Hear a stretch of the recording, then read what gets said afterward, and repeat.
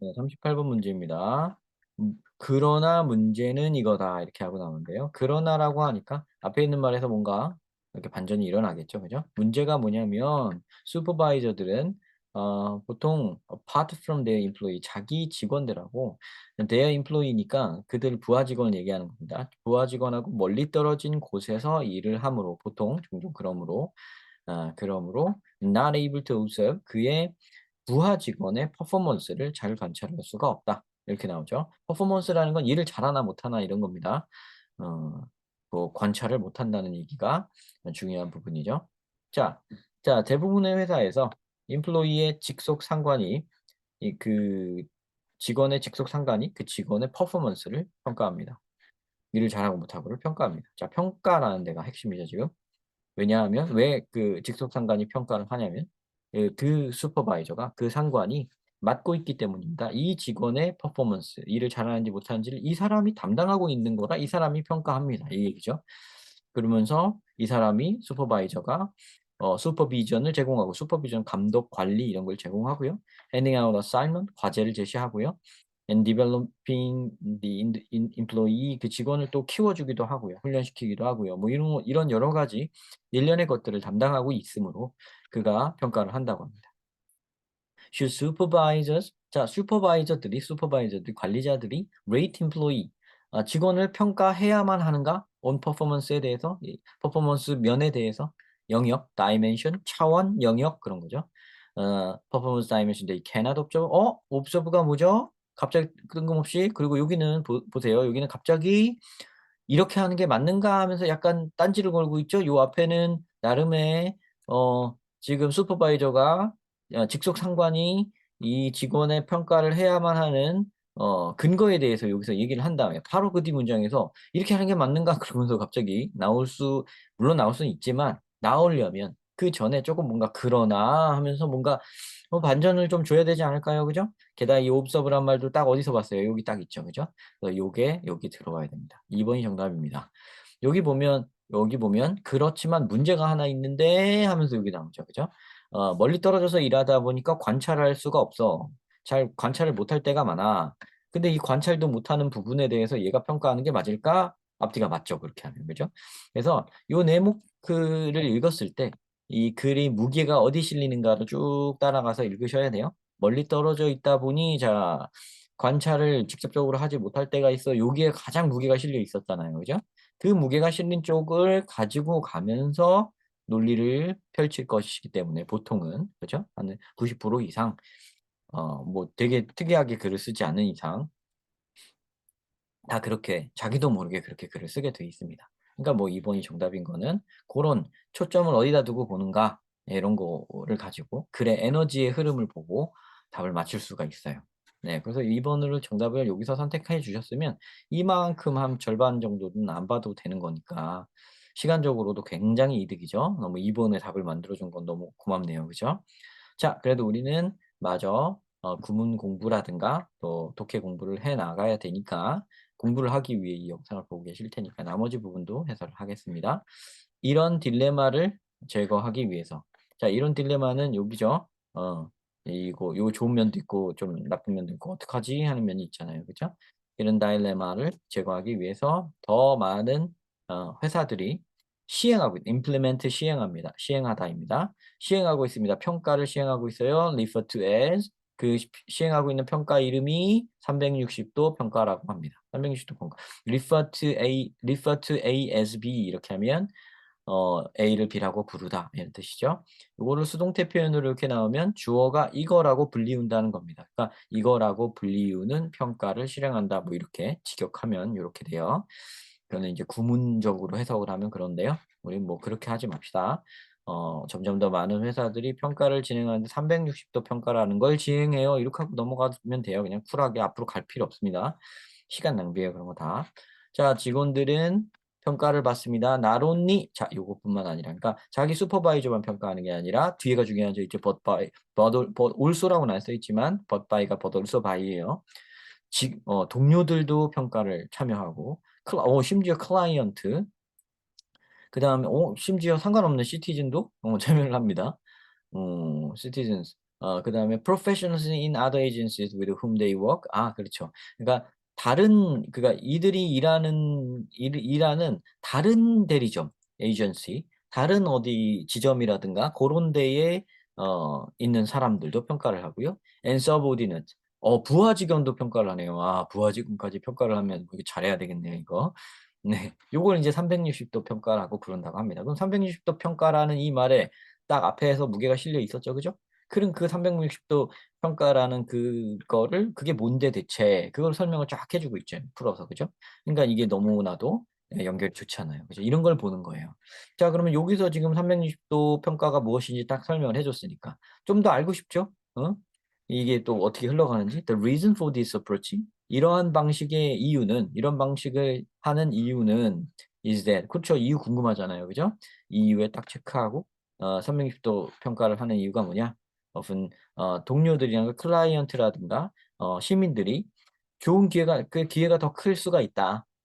인플로이의 성 퍼포먼스를 관찰할 기회가 더 많을 수도 있다. 이 사람들이 그죠? 이 상관없어 보이는 이 사람들이 오히려 이 사람들이 어떻게 일하는지를 볼 기회가 더 많다는 거죠.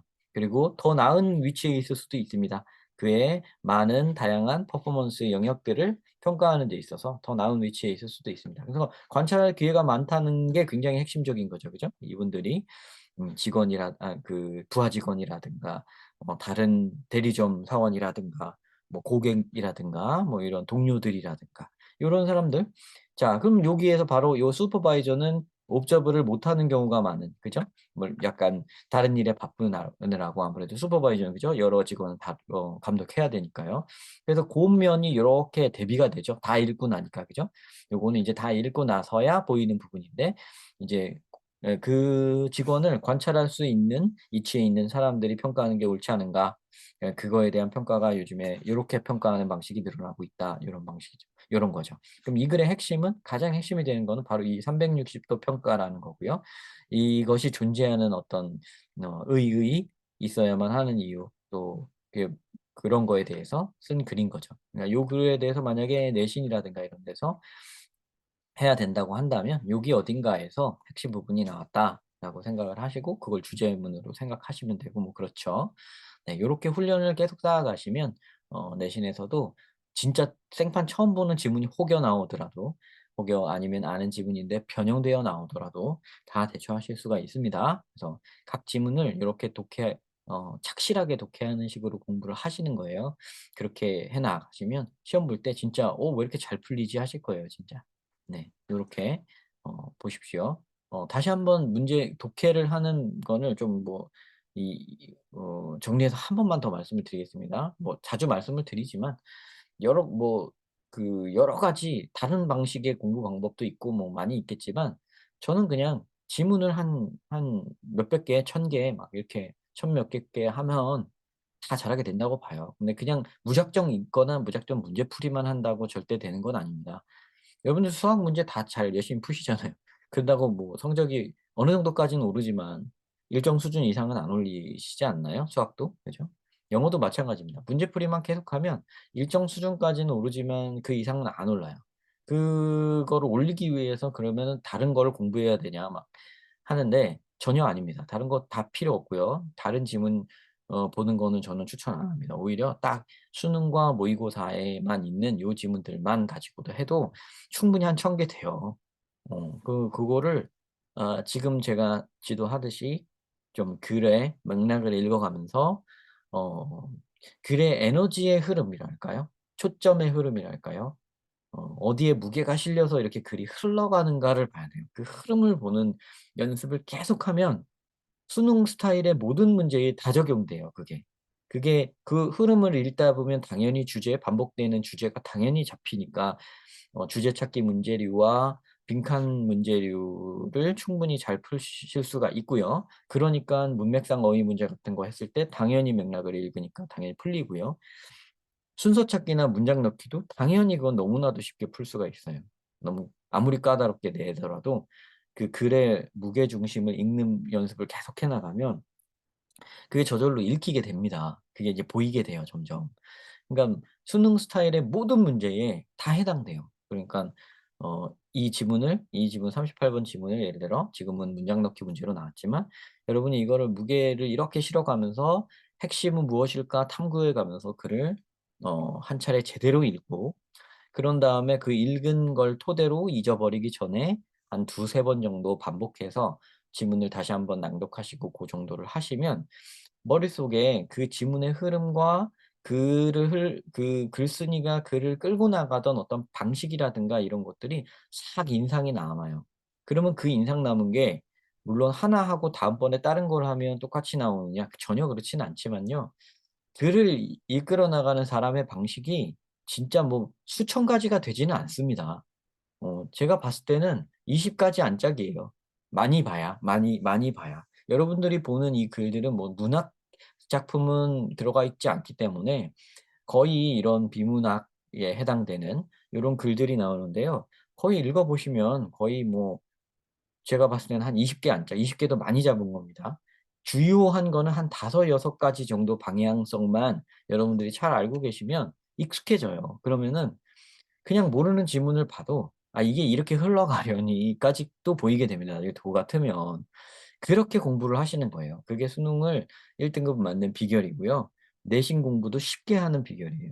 그런 게 되는 학생이 내신 공부를 하면 굳이 전 지문을 암기하지 않고도요. 굉장히 높은 성적을 받을 수가 있고 그렇게 그런 실력이 돼야 비로소 여유가 생기기 때문에 서술형 문제를 챙길 시간적 여유와 심적 여유가 생기는 거예요. 그래야 내신 문제에서도 1 등급이 되는 거니깐요. 그러니까 여러분의 공부의 방향은 항상 지문에 두고 지문 탐독, 지문을 완벽하게 내 것으로 갈아 마시는 것. 제가 저게 그럼 과연 어떻게 하는 거예요? 막 이렇게 궁금증이 생기실 수 있는데요. 지금 제가 설명해 드린 게 바로 그 방식입니다. 요걸 믿고 한번 따라 보시면 다른 어떤 방법보다 효과가 좋으실 거예요. 그리고 이거는 다른 방법은요.